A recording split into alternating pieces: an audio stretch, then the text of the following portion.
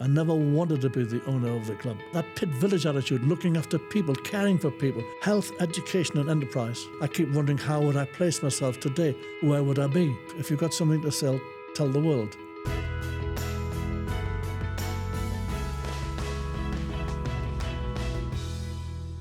So, hello and welcome to The Northeast Edge, brought to you by Newcastle University Business School, with me, Visiting Professor of Innovation and Enterprise Charlie Holt, and co-host Dr. Fiona Whitehurst, Associate Dean of Engagement and Place.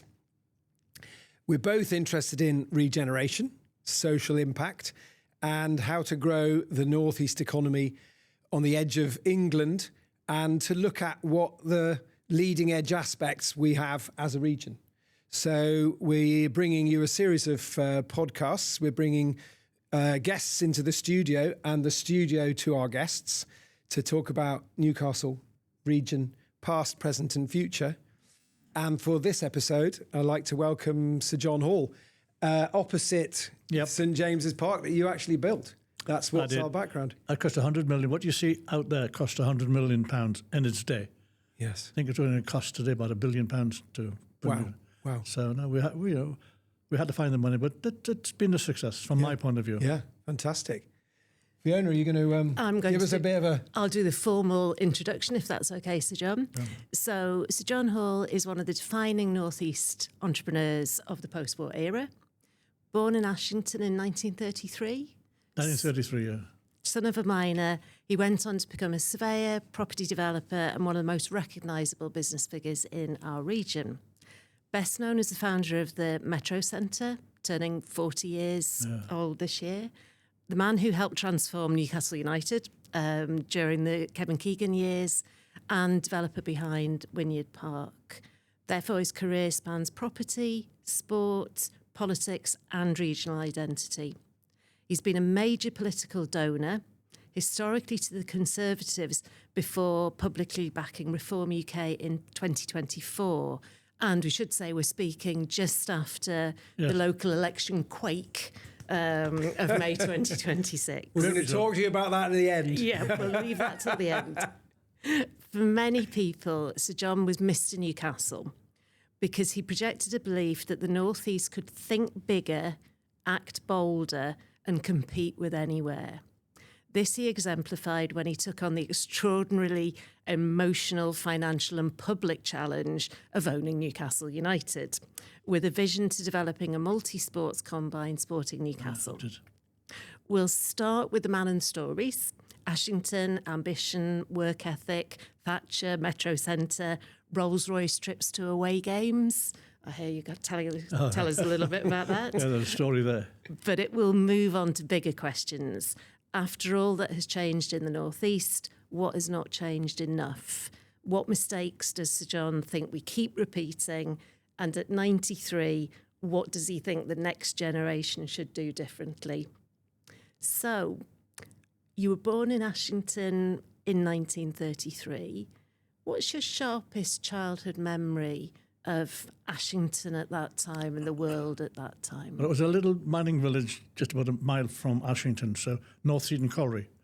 And 1,000 people lived in the village for the pit. Belonged to Keegan Coal Company, and my father worked there. There were 1,000 souls, as they called us, in the village. And everybody's life was in the pit, so my life was... I was born with three things. I was in that village in 1933. I was born with a religion, which was Methodism. I was born with politics, which was Labour, and I was born with a football team, which was that outside there. And you could get rid of the first two, but you never got rid of basically football. But the first memories I have that, we had out. We lived in mining villages. There were no North Sea, there was no flush toilets. There was no water in the house, etc. Basic conditions. I always remember my dad coming in, putting his wage on the table, which was £10 a week. And the mother was the manager, and she took the money and so you had to live. But the one thing about living in that village was a community. When everybody had to live together, because nobody had anything, so you all lived together. And no one was ever left alone. I always remember the days we got up in the morning. Your mother would say, "Go and see if Mrs. Smith's okay," the widow. knock on the door. I'm all right, Jack. If there's no answer, the men went. That community spirit has never left me. And it's part of, when I look back, part of the Northeast. That feeling for everyone. And it was unbelievable. But, you know, you went for messages and things like people were never left alone. But did you feel it was like a prosperous time? No, nowhere. Prosperous. What's the meaning of that word? You know, But there was coal, there were jobs. Then there was the Second World War. Yeah, there were jobs of a kind, but in the sense of my dad and them stepped out the line and said nothing. They had unions, but you could lose your job, lost a house, etc.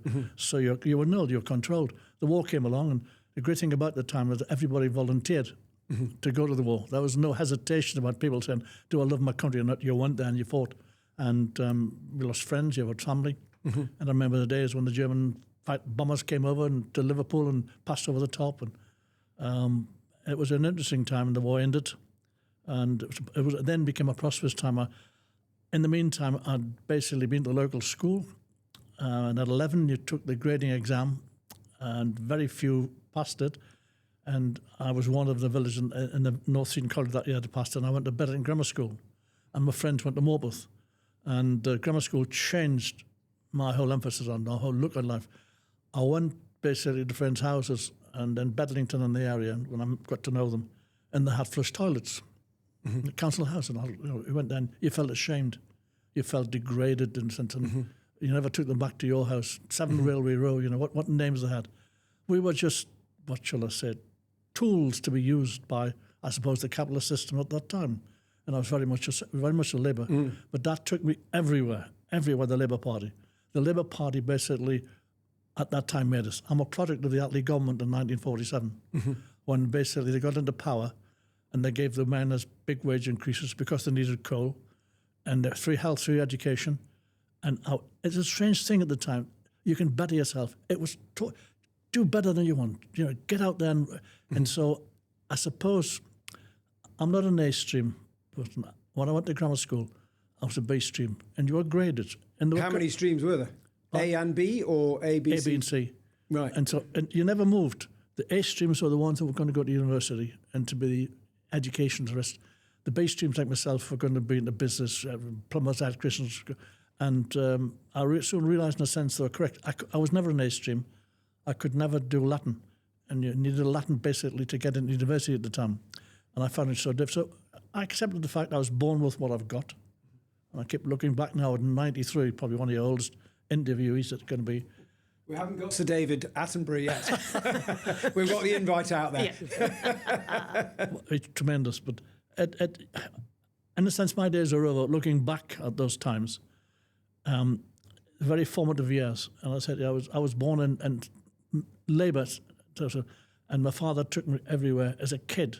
Because he was into the Labour Party. Yes, he was. Oh, very, very much so. They were the beginning and end of everything that we had. We had nothing else but the Labour Party. Nobody else fought for us. They didn't care a damn about us. We were just there. But he was motivated not just to be working, but to be but on the Labour, on the doorstep, yes. Convening activity in politics. And I always remember basically they used to have meetings at the welfare hall and once a month. And when it was about wages, everybody was there at the unions. Right. But that took me.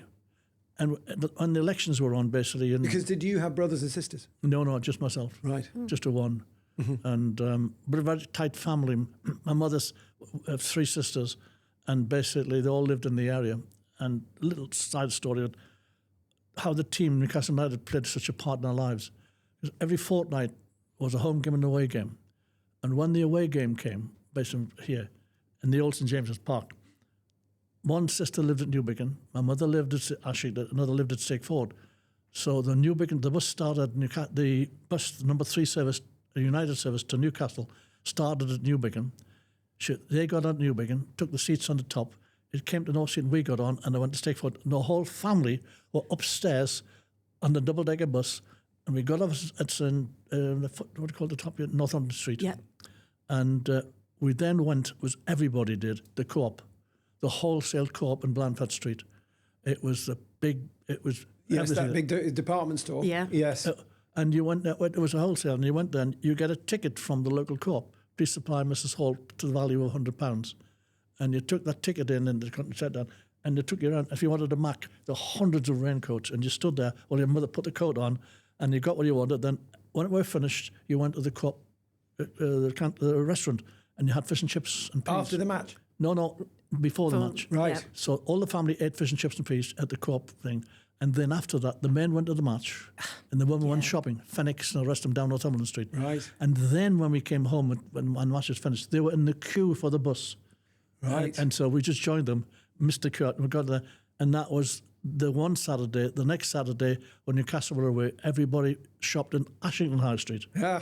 And that's how we lived our lives, went to cinemas. And it was that family, very tight family. And So you always liked shopping. And is that an inspiration for the Metrocentre? I don't know. I just we had no choice. You know, you went with your parents, etc. And you, I mean, But cutting to your career, you then worked as a surveyor for the pits. I came into grammar school at 15. I tried to get a job. I wanted to be a council engineer. That sounded good. But I went for 3 interviews and I didn't get an interview. And I found later that the Masonics had a tremendous hold on my things at that time. And the lads who got their parents were Masons. And so there was this rigid collection. You have no idea. It's like basically the religion was, the battle between was Catholic and Protestant. And you have no idea. My pit village were all Methodist. Right. And the first Catholic that came into they didn't get jobs. The Catholics were cast aside. And the Church of England was at the top end of the road, but we never went there. They were above us, you know. Right. But that was the religious differences, and it was strong, very strong. But you had to get over that, and so you didn't get those jobs, but you got a job as a surveyor. I didn't. I was 6 months without work, without a job, and I got a call one day from the old headmaster at North Eton School, who said to me, he knew I didn't get it. He said, "There's a job going at Newbiggin Colliery as a apprentice mining surveyor. I've told they're holding the job for you if you want it." And I was very, very indignant. And my dad said to me, I said, "I'm not going down the pits. I'm above that." My father said something to me. He says, "I'm going to tell you something, son." He says, "Take a job and you'll get a job." I never knew what he meant until I was an employer. Yeah. And it's very critical. So I'm saying to everybody, just take a job, get into work, and let somebody see basically, you want to work. Yeah. Yes. And so I got the job as a mining surveyor. So I was 8 years with a coal board, National Coal Board, working, going underground, 3 miles out to sea. And the Newbiggin Colliery, the water, it was 140 yards below the seabed. And the water used to come in, it was salty.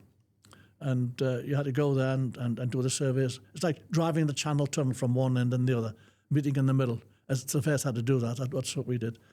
And I had some great times at tremendous friendships in the coal board.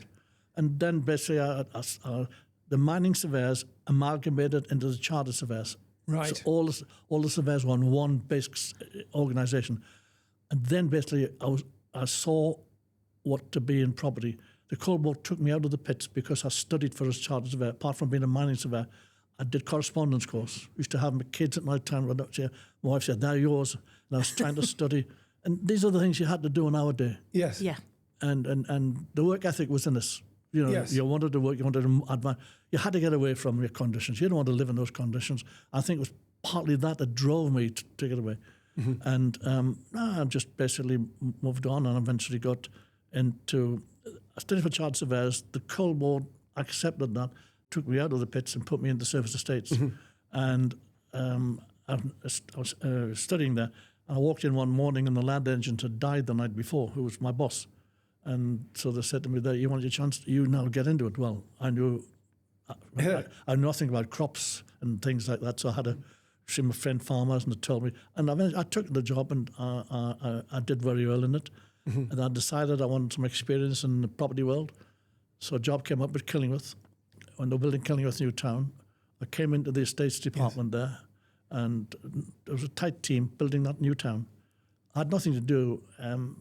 I think my boss didn't want an assistant, so he didn't give me any work. So, being a nosy part, I said, I went around every department. Nobody stopped me. I said, I went to the architects, "What do you do?" And they told me. I spent a week with them. I went to quantity survey. I said, what do you do? They told me. I went all around. So I learned enough about the development business. Yes. And how they built houses.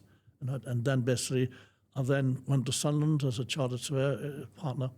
And I went there and started my property business. I bought a few. Had no money, but I went to see the bank manager.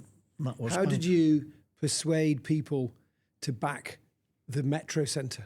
Because I remember you saying that you'd studied that as well, Yeah. and that you were in the States with your wife on the other end of a tape measure.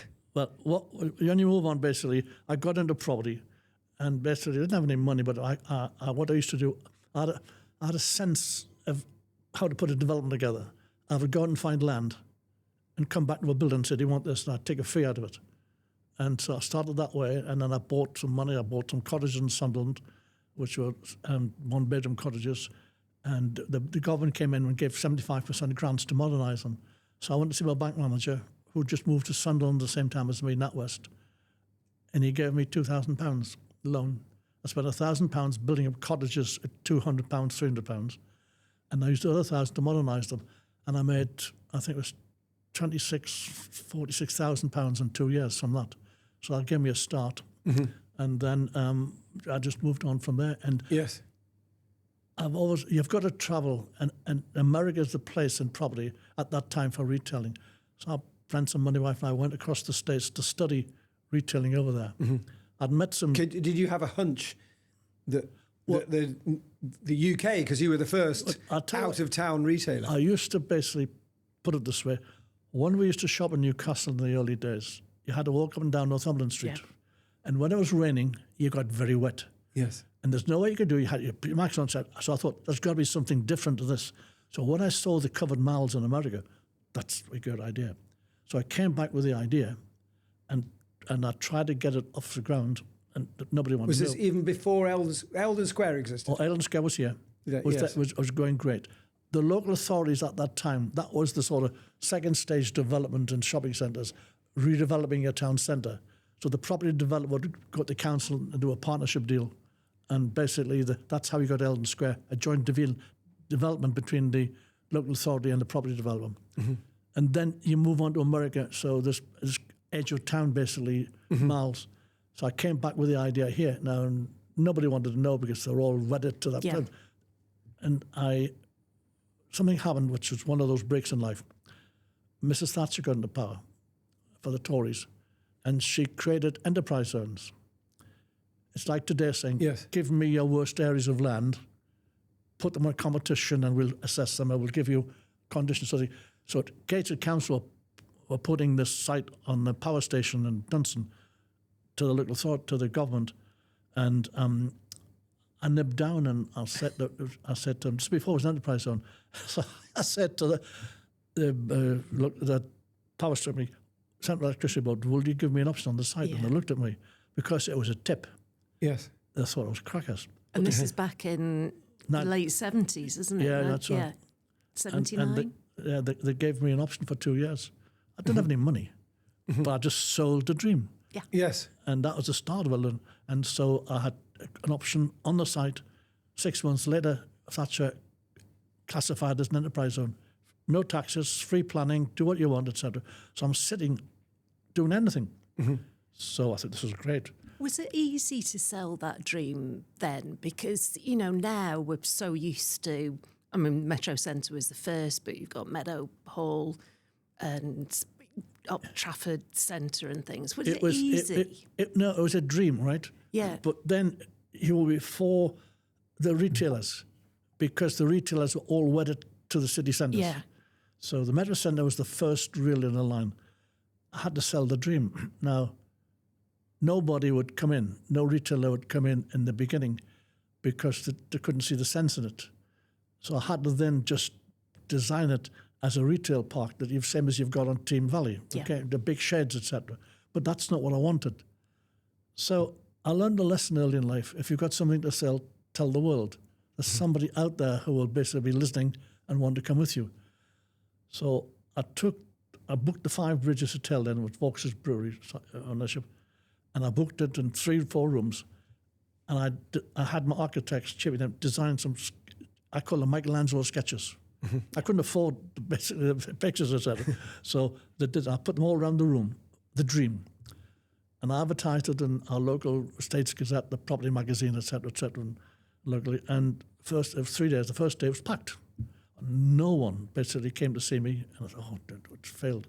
The second day, then I had my estate agents there with me. There was a hubbub in the room. I could see there was a difference. And I said, what's happening? He said, you see those two fellas over there? They're from Marks and Spencer's. God had arrived. God, I mean, it's just true. Because they were the most preeminent what retailers. Marks and Spencer's did, Yes. everybody followed. And they came to see me and they said, hey, we would like to take a shop in your town centre, in your new scheme. Oh, I said, how big? 150,000 square feet. Which was massive. Oh, it's huge. Absolutely massive. So I said, come in, sit down there. That was seat, sit down. I mean, here we are. And we agreed to terms. In 6 months, the rest was sheep. My agents had let the rest of the centre. Wow. So I had a centre, basically, which was let, but I didn't have any money. And the price was going up all by the constructor, 150 million, 200 million. So by then, the Conservatives, we had the, what do you call it, in 2000, the new... Big Bang in the city? No, it was what was happening, what do you call it, the commission, to set them up to basically, to spend the lottery money. Yeah. Oh, yes. Yeah, the lottery money was 300 million a year. And so I was at something commission. And the Conservatives, by then, put me on it as their representative. Right. So, and there were about 8 of us on that thing, and we used to meet in London. And all of the schemes, basically, that were put in under this commission came to us, and we assessed them.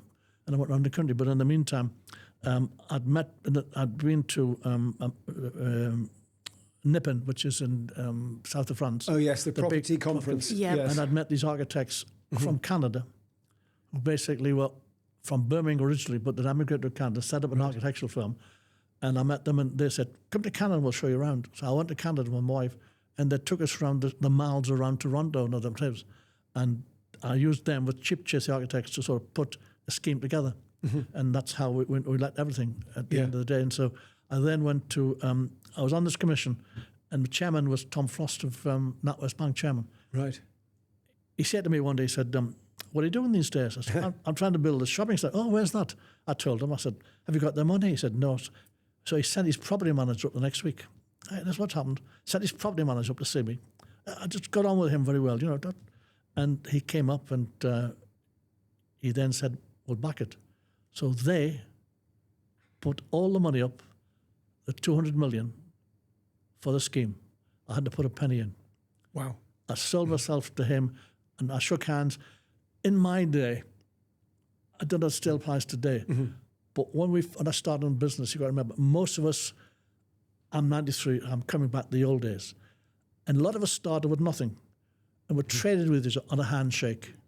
And that handshake, and if you let anybody down, you're out of the circle. Even if you don't have any money, I said, I'll pay you next week. It's okay. There was a trust amongst us all.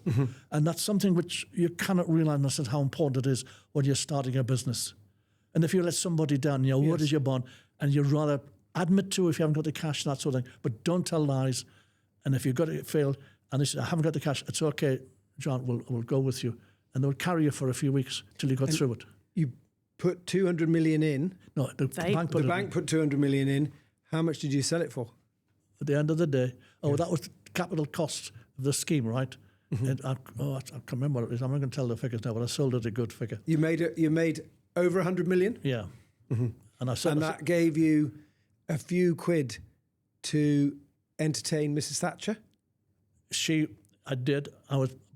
By then, I never joined the Conservative Party, but I supported the principles of private enterprise, how it's always. And I've had a long political road. I started basically as a socialist, and at North Eton Colliery, when I started my own business, just started off, I used to go back. We moved away. I got married and we moved away from North Eton Colliery to other places, and we had our own house, and we used to go back as everybody to their mothers' families at the weekends. And I was a great snooker player in the welfare hall, in the miners' welfare hall. And I used to go back there at the weekend to see my pals.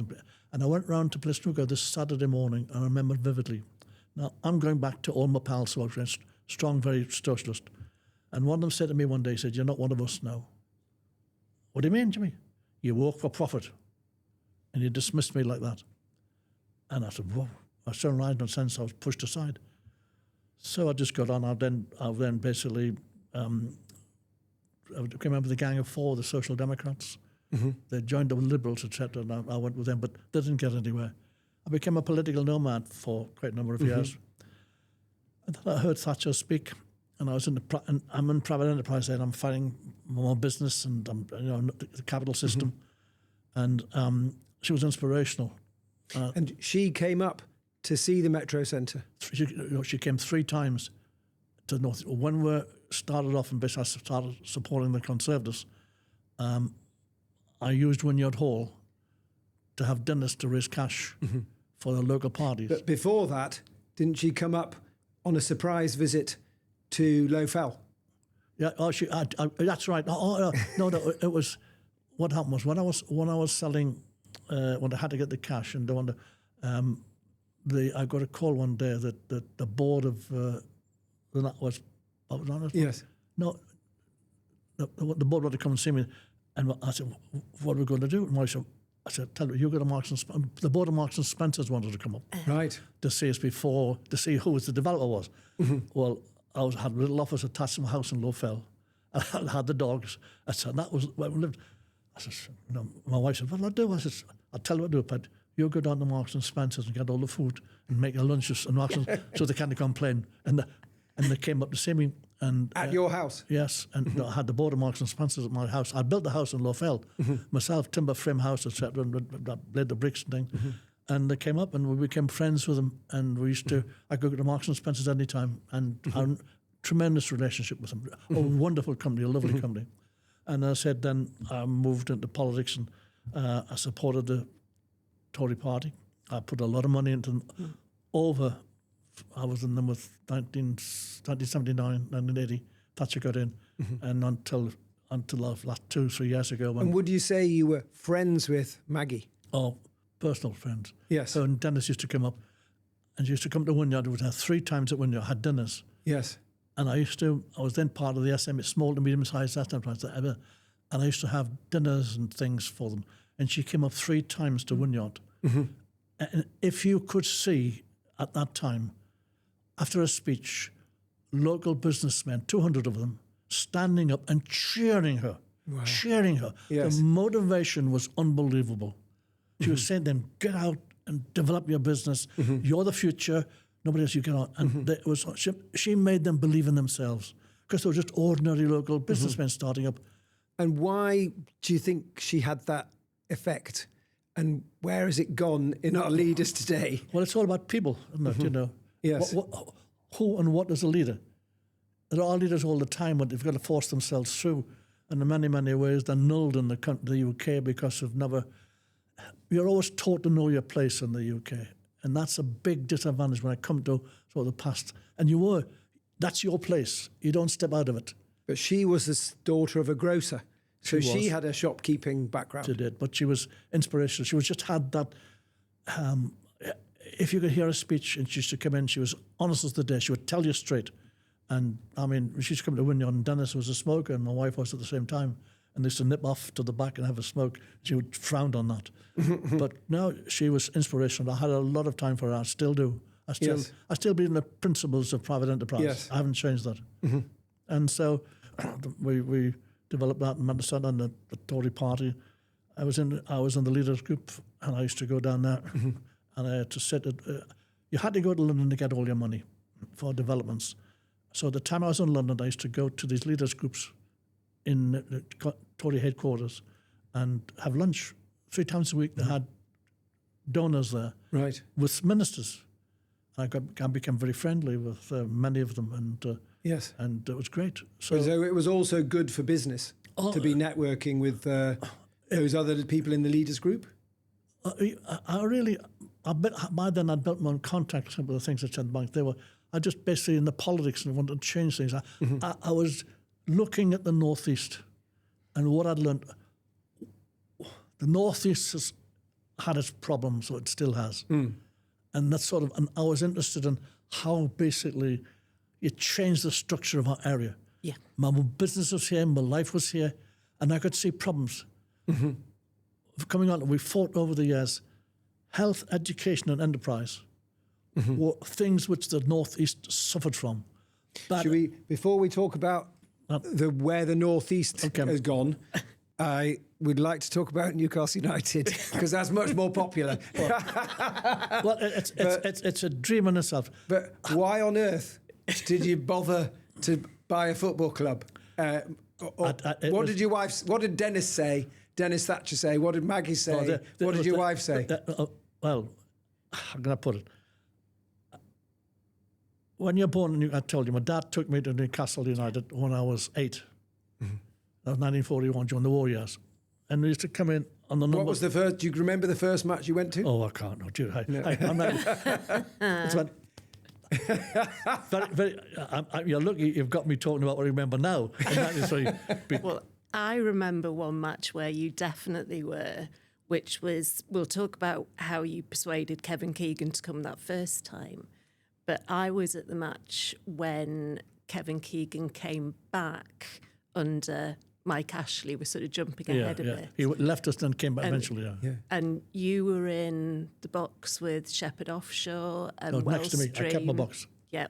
And I was invited by Wellstream, Chris Braithwaite, and my son was with me then. How old was he? He would have been, that would have been 2006, he would have been about 8. So he was there, and being a good mother, the box was very, very full. So you were standing at the edge of the box. Stand up. And the cameras swung up to see you and said, "Happy times are here on Tyneside again." And that was one of Sam's proudest moments, was that he got to be on Match of the Day. So standing next to you. Standing next to you, clapping politely. So we've still got that. That was a time. But sorry, we're going back to how you persuaded Kevin Keegan the first time. I stood on the terraces when I was 8, and the East Terrace was just dirt, etc., etc. And over the years, wherever I went to, I came back to the matches and I support, and I just watched the team going through a bad time. And I had some friends called Malcolm Dix and John Woff and them, who were, Malcolm Dix, his family had shares in the original Newcastle United, were passed on to him. Now, Malcolm Dix, who had Argo Cookets, the business in the North East, Yes. Yeah. Malcolm Dix had fought the old board long before anybody else. He had the shares in the wood. McKeegan would not let him on the board. I don't think he had enough pedigree to be on the board at that time. So Malcolm Dix had fought to try and get on the board, and they wouldn't let him. And he nearly made himself bankrupt. I got to know him by the Strawberry pub, and I used to go, I'll be there and have a drink and complain, arguing. And when I was building, and I got to know him, when I was building the Metrocentre, I was starting to get him, he used to come and see me in the Metrocentre. Bought a cab, knock on the door, To complain about the football. Everything, but he said, "You got to help me. You got to help me up Newcastle United, because they were going bust at the time. Had no money. The turnover was 3 million a year. So he said, "You come on, you got to help me. You got." I said, "Malcolm, be off." I said, "I'm making money. I don't want to lose it." And he kept coming. I mean, for months he used to come, walk up the steps, said, "Have a coffee." No, have a coffee. No. And this day, this happened. A fella called Bob Cass, who was a reporter of the Mail on Sunday, he lived in Durham. I think he was a closeted Mackham. Won't hold that against him. He came up to see me on a Friday at the end of a week, which had rained all week, and we never got the steel erected for safety. And I was sort of, mourning, because we're dropping behind time. And when you got a building, This is on the Metrocentre build out. Yeah. On the Port of Cameron's on there, we're building the Metrocentre. And the steel was the next steel was coming, and I was feeling this day very maudling on Saturday. And he came in and he put a bottle of whiskey on the table. I don't drink whiskey normally. He said, "You're going to drink this?" No. But anyway, we drank it.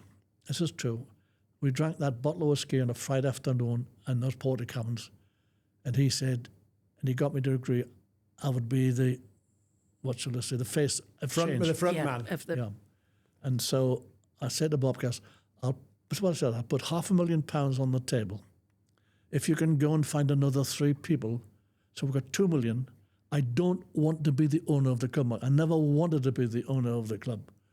So he then carried the article. Oh, he carried the article, but you cannot carry a local campaign on a Sunday newspaper. So I then had to go. He was Daily Mail or something. Daily Mail, Sunday, Yes. the Mail on Sunday. Mail on Sunday. So he carried the article on the Sunday. The next So article. he got you drunk He did. to have a headline. Yeah. Sir John wants to buy, or John Hall, as you were then, wants to buy a football club, and he's going to put the money in. Yes. Yeah. And then Mr. Metrocentre. So in effect, what we'll do, I said, okay, now there's $500,000, find some more people. So I then just realised, in a sense, a Sunday newspaper was not good enough for a local. So I went to see John Gibson at the Chronicle, yeah. and he saw his editor, and Graham Stanton, and he said, yes, we'll support you. So when the Chronicle and the Journal came on board, that was the difference. And I'll tell you now, what you owe that newspaper for putting itself on the limb, the Newcastle fans, because they did put themselves on the limb. They took all the flack, etc. And we basically, and Malcolm Dix then came along, because he had a Magpie group. He'd fought the board years ago, nearly made himself bankrupt, but he knew all the shareholders where they were, so he came And you along. wrote them letters, did you? Did you write the shareholders letters to buy them out? No, what we did was, what happened was, he came to see me and said, okay, he said, I know all the shareholders, where they are, etc. So he put his Magpie group together, Alan Rooney and John Woff and them. They're not but 5 of them. And so they came along, and basically I gave them lists of they had the shareholders, and I gave Malcolm Dix blank signed cheques to go around with his team and buy the shares. I think about blank. I think it was 100,000 a share they could go to, whatever it was at the time. And they came back 3 months later with 80% of the shares. They'd been round the country. It was, what shall I say, it was they just wanted to do it. This was something in their blood. It was saving the club. It was saving the club at the time. Yes. And they came back, and I bought all the shares. I can't remember, it cost me about 14, 15 million. And I then run a football club. And I then, what do I do? This is where the brewery, the people on the site, the club were the sponsors, the brewery were the sponsors of the club. And Alistair Balls and the rest of them. Alistair Wilson, sorry, not Alistair Balls, Alistair Wilson. Alistair Balls. The management at Scottish and Newcastle breweries who also owned Newcastle Brown Ale. That's right. Yep. And the shirt, remember the shirt, that was the best one. And they came and we got together, and they said, I had nothing about football club. So they said, you want a chief exec? We know one is leaving Rangers. Fletcher, yeah. Freddie Fletcher. Freddie Fletcher, the Rottweiler. And so he came down. I said, Freddie, this is the story. Yeah, they're all together. I'll come. So he came. And next thing, basically, by then, my son was there, and Freddie Shepherd had bought a few shares. Yeah. So we had a board with son, etc. And what do we do? And we're in there. And who was the manager? We didn't know. It was Ozzy. Ozzy Ardiles. Yeah, and the first thing that Fletcher had to do was get rid of Ozzy. And Ozzy lived in Newcastle, and he went to a house on 7:30 on the morning, knocked on the door. Hello, Freddie, come here, he squeezed. Hi, Freddie. Says, Ozzy, you're sacked. Thanks, Freddie. And that's actually happened. And he sacked him that Sunday one morning at 7:30 in the morning, had a cup of coffee with him and came back. Ozzy knew it was happening. Yes. And then we needed the manager. And again, the brewery came in, and they said, Keegan wants to come back. Right. Keegan had been to Spain for 6 years, playing golf, etc. Yeah. He retired there. But the brewery kept bringing him back. Did he retired as a player? No, he retired, nothing to play out there, just to have a lifestyle with his wife, etc. Yeah. And he just played golf. But after 6 years, it was getting a bit boring. And he used to come back here twice a year with the brewery to give talk-ins. And the brewery knew that he was coming. So Alistair Wilson said he wants to come back. So my son and Shepard and the two flew across to Spain to see him. and he came back. Yes. And the next thing, he came back and basically, I mean, we were all novices. Apart from him. When he came back, he knew exactly the players who wanted to buy, the team, how he wanted to play. He must have been sitting in Spain, watching English football, etc.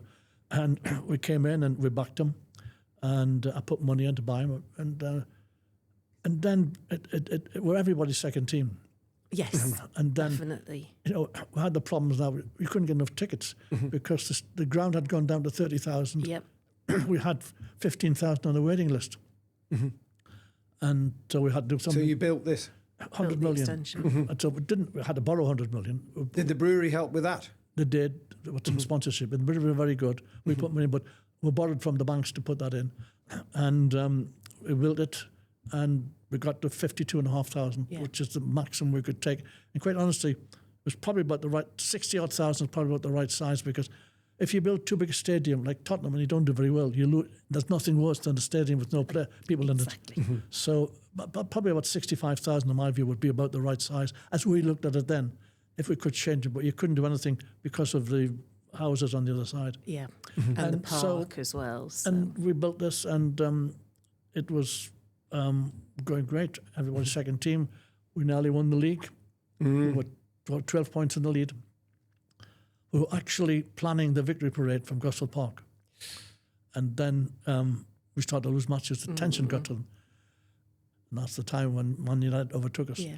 Had we won the league, it would have changed Newcastle forever, because players will come to a winning club, good players. And we hadn't won anything. And you had Newcastle's out on a limb. You know, the story of basically when Rob Lee came, he was going to Middlesbrough. But Keegan convinced him that Newcastle was closer to London, because he was a London boy. Probably transport links wise, it still is. But So, And you used to drive round in a Rolls Royce at that point? I did. What happened when you're chairman of a club? Every away match, you're entertained. You go basically to the club with your wife, and you sat there, and you had in the boardroom, etc. You had a lovely meal. It was very sort of formal. And I used to drive, if I could do, I had a Bentley then, the rent was then, it had to be good. So I used to drive my wife. And I always remember one story which was very, I smile now today. We played Grimsby on a Tuesday night at Grimsby. And if we won, we got promotion. And we won 2-0 eventually. But on the way down, we go down the A1 and across the M62. Yep. And as we're going across, just we got to the Humber, and the other side was Grimsby. There was a little chef, and my wife smoked then, and she wanted to have a. I said, I'll stop here, and I wanted a coffee. So I pulled in the little chef, went in, had a coffee, came out, and just as we were going to get in the car, this battered, I mean, it was a battered old big transit van, pulled in just the hedge across there. 14 of the supporters, all the Newcastle supporters, jumped out and lined up against the hedge to have a run-off. And I'm standing on the back, they hadn't seen me. So I shouted, "Give me the numbers of your season tickets. This is disgraceful." the effing chairman, they all ran back, and some of them hadn't finished. So they ran back into the van. But they all came out a minute later and stood in the line, apologised profusely, and told us the story. That it had crates of brown ale in the van, and no service station would let them stop to go to the toilet. So they reached the point where they couldn't go on the honour, and so they apologised, etc. And I said, "And I will not forget any of your mind, and I'll take your tickets." My wife's standing there, and she looks at them and says, "And I will not forget any of you either, but it won't be by your faces." Until recently, the ones that are still alive are those. She said, "Remember?" I said, "Yeah," and we have a chat. That was a camaraderie, and that was how they felt about the club, and it was. We got promotion, and we're there. Then you had to get on with that, and it was when we didn't win the league, etc. It started to go wrong. But what changed myself? I never went in. I was forced to own. It was an accident. I owned Newcastle, and I'm a supporter, and the responsibility you have for people's lives. Yeah, you don't understand it until you get into that ground there. They live their lives so they name their kids after the footballers. They would stop me and tell me the history of Newcastle more than I would ever know. And I thought, this is something. But anyway, I was committed until I used to go to London for money from the schemes. The banks down there, there was no banks up here would fund you. So I went to London quite regular. And I got a lot of contacts down there. And one day they told me that this man called Abramovich, Yes. Yeah. Russian, was going to buy Chelsea because he needed to have an image. He was Putin, after Yeltsin, Putin had taken over, and Putin was telling the oligarchs they had to give all the things that stolen away, and if they didn't, they were killed. And Abramovich was in line for that. So what he did, to get himself an image, he bought Chelsea. So he was too famous to be bumped off. Yes, Yeah. yes. And in London, an image. And he was a billionaire, and he was going to pour the billions in there. I could not compete. I'm running my business. I'm running things. I'm in charge. The great one thing about family business is somebody has to make the decisions. They're not made by a committee. They're made by the one person that basically to start the business, runs it. And I had to make the decision. I thought, I cannot compete with this man. He'll pour the money in, and it'll change the whole game. And I was right. And so I came back and I said, I'm going to sell the club. Oh, that was knives everywhere. Skipping over a short interlude of who you sold it to. We won't go there. No, you we can't. won't, no, but it was more because we're running out of time, I think, a little bit. The Saudis, have they been good for the club and the city? It's too early to say. But basically, I'll just say about Ashington came in. He came in because I said, why are you coming in here? He says, we want to use the football club. They were selling their shirts and so in the Far East. They needed a football club, and he was going to globalise Newcastle in a way that I couldn't. And he was going to do that. But when he got in, things went wrong for him. And he fell out with the fans, and so it became a battle between him and the fans. But his intention in his board was to use Newcastle to market Newcastle abroad, market his shirts abroad. Now, when we come to Saudis, from the point of view, I tried for 2 years, and then I got a call one day from Amanda, and she said, I've got... so they came up and... this is Amanda Staveley. Yes. Yes. And I did a deal with them. Did you still have some shares? Sorry, I sold Ashley, so my apologies. But then when they came in... Did they want your blessing? Yes, they did, in terms of it. And so I thought coming in, we're going to be... Now, it's a new ball game. You've got to look at the game of football, sport overall. Sport has been good to this area. Yeah. That's one of the reasons why, in a sense, I got involved basically in the sporting club. Because from the point of view, I go back to days when Brendan Foster, Steve Cram, and all them, we were the centre for European sports. Yeah. The publicity that this... With the athletics that they had. Yes. You Great had the football. Yes. You also bought the rugby. I did. Ice hockey. Ice hockey. Yeah, you Yes. got the ice hockey as well. That was basically... I wanted to use sport. When I looked at... I've been involved in the politics of the area, and basically we don't sell ourselves enough. And I took this... If you've got something to sell, you tell the world. Yeah. And when the athletes were at the top, this region got so much free publicity around the world, Yep. not just here. So I saw that if we could have a great sporting club and encourage that, it would help the area sport. That's why I tried to set up this sporting club. I bought them all, but I lost 5 million in the sporting club Overall.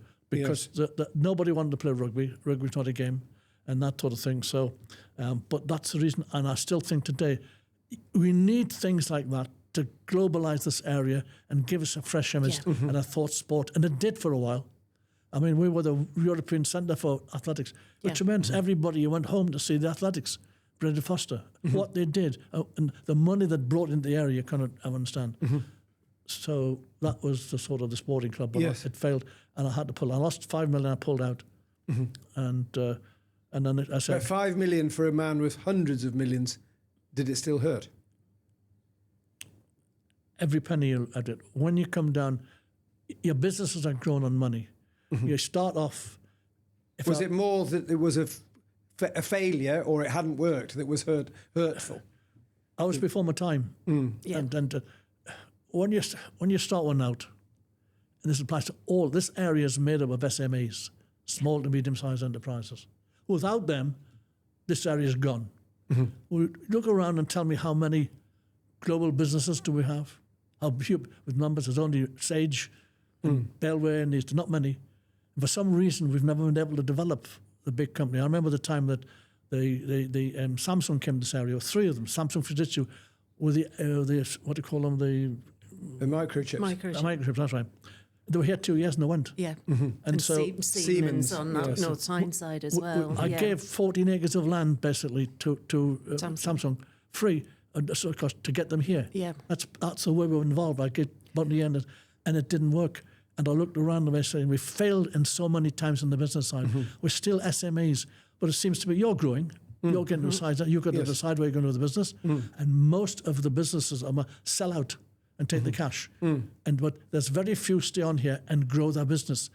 And I think it's something, it's a deficit in our mentality. Yes. And that's But I think our region has, because it had huge, the coal board and those sort of nationalised or Armstrongs on the river employing 1 in 4 people in the city, that maybe there are less people who are enterprise-minded. Whereas you go to Yorkshire, there are many more businesses. You're quite right. Yeah. I've always held this basically, it's not part of our makeup. It's not taught in the schools. Just get a job, be safe.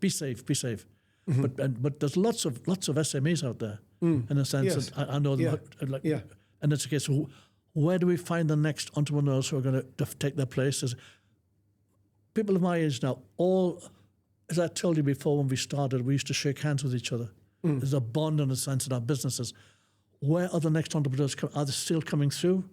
Well, I think there are, and we're hoping to speak to a few. And Irene Hayes from Hayes Travel, they've had an amazing run. And, so there is an ecosystem of some big ones and some scale-ups going through and startups, but we're just smaller as a region population-wise, so there are somewhat less of them. And do we think that we are less? You were saying that, you have to go out and shout to the world. Nobody's going to listen unless you really, really make a noise. Sell yourself. Do we sell ourselves? No, we don't. Enough? We don't. I don't think so. And I think, look, I say in the nicest sense, we've been under political control for too long. And sort of people, as they get along, they don't start to think outside the box. They're very comfortable, etc. And these days, when I look around the changes taking place in the world, I'm an old man now, 93. My days are over. And I find great difficulty. I could cope with it coming up, but I find great difficulty in coping with the changes that are taking place. I keep wondering, how would I place myself today? Where would I be? But you have backed the disruptors. Well, with moving from conservative to reform. Yeah. And some would say that reform are good at diagnosing the problems, but they are untested. Of course they are. About, of course you are. Yes. But Labour Party was in my time, untested. Every political, apart from the Labour Party was, 100 odd years ago, the Tory Party 200 years ago. They had all that time basically to develop their systems, etc. But they failed us, and they failed this area. And I'll tell you why. When I never joined the Tory Party, put money in. I supported them. Well, I remember you saying that you spent £1 million or plus supporting the Tory Party, but they hadn't actually asked you for membership. Whereas you went to Doncaster for the reform event, and they offered you the premium tickets. No, they didn't. I didn't realise what you bought your ticket. I took all the family there. And the tickets you bought included a membership. So you were automatically joined. Well, I look around the place as an old Englishman, and I was taught to follow the law. I was taught to follow things, the customs and all that. It was indoctrinated in all of us at the time, and we came through that. And that pit village attitude, looking after people, caring for people, and that's been part of my makeup and our makeup as English people for all my lifetime. And suddenly I find now basically that things are changing. And I have fought harder than anybody in this area for equality and things with Harry Schuckner. Harry Schuckner came to Newcastle as the diversity officer, and he came to see me in 93 when he just came here. So I started to help him since 93, and I've been going to conferences and things with him, talks, and putting it out, diversity and inclusion. And I did the same with Amar. Who's Amar Mirza, another of our visiting professors. I've got lots of pieces of saying thank you for your help. And I've come to the point that I say this, I have tried hard for integration. It hasn't worked out. And now it comes back to, I think now the picture is much bigger, the problem, than what anybody's prepared to admit. And I am not prepared to sacrifice my English way of life for my great-grandchildren. If I had to follow, or my family have to follow the English law, then people that come here, I'm not want to stop them, but if they come here, there are conditions. Just as when I've travelled the world and I go to their countries, if I step out of line, you're out of that country in no time. And this has happened times. So I'm saying, if you come here, I want to see a charter for the English now. Instead of basically just letting it all this, that, and the other, I want to see put down so everybody coming here understands who we are and what we are. We want to welcome people that are going in, because I look around, I look at a bigger picture. And this will, we're a very diverse country. We're a very diverse university. The NHS is run on immigration. And this is a point about the degree with which people should integrate into a British way, rather than have their own way. And because of the imbalance that more people coming from abroad might destabilise the UK? Totally. Or, yes. It's destabilised now. And basically, I'm being forced to choose by, in a sense, what's happening with Starmer's attitude. I went to see, when Nigel Farage came up in Sunderland 2.5 years ago, I went down with the family and we went to see, because by then, what he was saying appealed to what I was thinking. And I'm not right-wing, I'm basically right of centre. And I went down to see him there, and Rupert Lowe was there. And Rupert Lowe was saying basically what we thought we had to do, and he appealed to me. And he was the owner of Southampton Football Club. And he was, and he's a hard businessman. Well, and he became an MP for reform, but he's also now broken away. They didn't. They got sacked him. They sacked him, but he's subsequently set up an additional alternative party called Restore, which has done well in the recent elections where they fought. So, in effect, so basically he asked me to speak to the press, because I was saying I was supporting them. So I had a word with all the press, and it was articles in the paper next day. And I was just saying, basically, I'm trying to tell people, I'm being criticised as a white man, but I'm not responsible for my colour. I was born that way. So don't take it out of me. And why you're different. So I was trying to say, basically, we're all different in many ways. And then the leader of the Liberals in Gateshead Council, which I'm a freeman there, stood up on full council meeting and said, is there any way we can take Sir John Hall's freedom away from him? And thankfully, Martin Khan said, no, we can't. And so what he did then was, he then sent a letter to the football club complaining about what I'd said, which had been misreported in the press, up here. And basically, I used to come to the old pensioners. There's a meeting on last Thursday of the month where they all get together and have a coffee, and as a speaker. And I've spoken to them. I used to go to quite a few. And I was booked in to give a speech on my time at the thing on a Thursday. And 2 days before I got a call.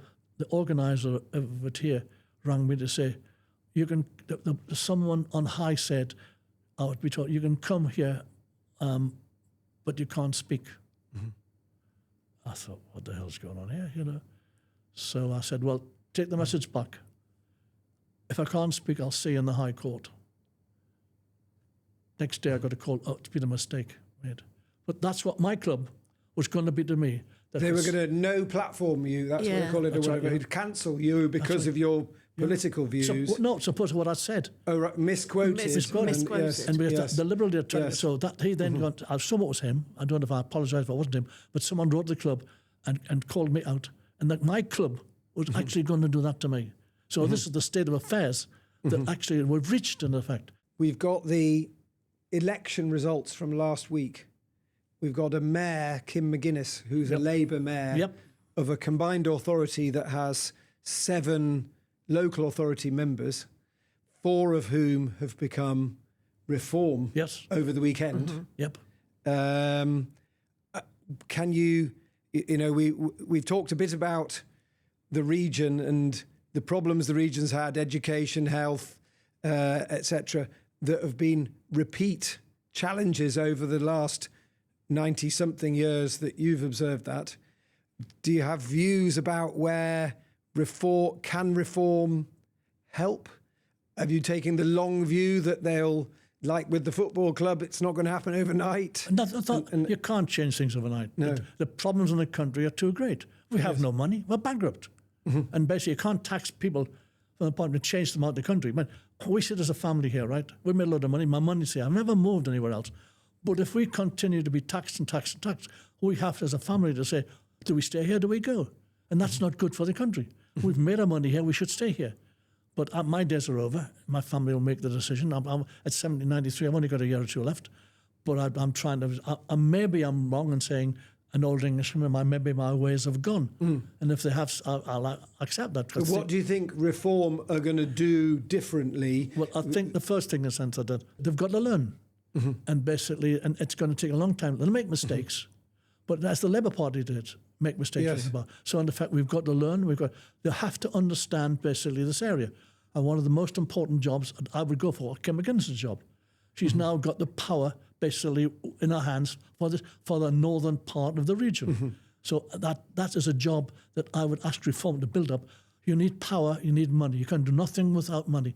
But what you've got to do is now listen to understand the region. And it's the debate that we're having now. Reform need to have that debate amongst themselves. I tried to set up a regional structure as a with the Tories because that was for the Conservative Party, who are quite diverse with their authority and autonomy in each of the constituency areas, but not working together. You have to, there is a regional problem, and that's if we don't solve the regional problem. If we don't make, you can develop. It's happened. It hasn't changed from your my time. SMEs, very few major people selling it before. So we've been in a region where big business, as I said before.